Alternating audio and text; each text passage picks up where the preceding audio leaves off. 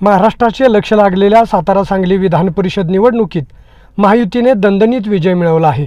भाजपचे माजी जिल्हाध्यक्ष धैर्यशील ज्ञानदेव कदम यांनी महाविकास आघाडीचे उमेदवार अभयसिंह खाशीराव जगताप यांचा तब्बल 301 मताच्या फरकाने पराभव करत आमदारकीवर आपले नाव कोरले आहे। अनेक वर्षापासून हुलकावणी देणारी आमदारकीची माळ अखेर धैर्यशील कदम यांच्या गळ्यात पडली आहे।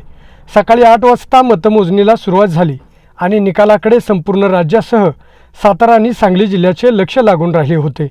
अंतिम निकालात धैर्यशील कदम यांना 593 मते तर महाविकास आघाडीचे उमेदवार अभयसिंह जगताप यांना 292 मते मिळाल्याचे जाहीर करण्यात आले। निकाल जाहीर होताच महायुतीच्या कार्यकर्त्यांनी जल्लोष करत गुलालाची उधळण केली, फटाक्यांची आतषबाजी केली आणि विजयाचा आनंदोत्सव साजरा केला।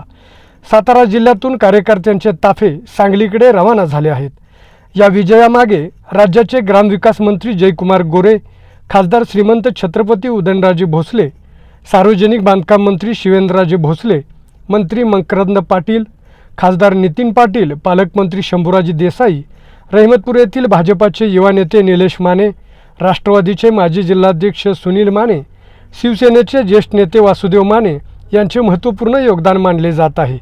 विशेष म्हणजे विधानसभा निवडणुकीपूर्वी मंत्री जयकुमार गोरे यांनी धैर्यशील कदम यांना आमदार करण्याचा दिलेला शब्द अखेर या विजयातून पूर्ण झाल्याची चर्चा आता राजकीय वर्तुळात रंगू लागली आहे। बोले तैसा चाले त्याची बंधावे पावले ही एक म्हण आपल्याला परिचित आहे। 1.5 वर्षापूर्वी विधानसभेच्या निवडणुकीच्या आधी या राज्याचे ग्रामविकास मंत्री आमदार जयकुमार गोरे भाऊ यांनी सातारा जिल्हा गेस्ट हाऊस मध्ये एका भाजपच्या मीटिंग मध्ये सांगितलं होतं की इथं उपस्थित असणारे आम्ही सर्वजण आमदार होणार आहोत।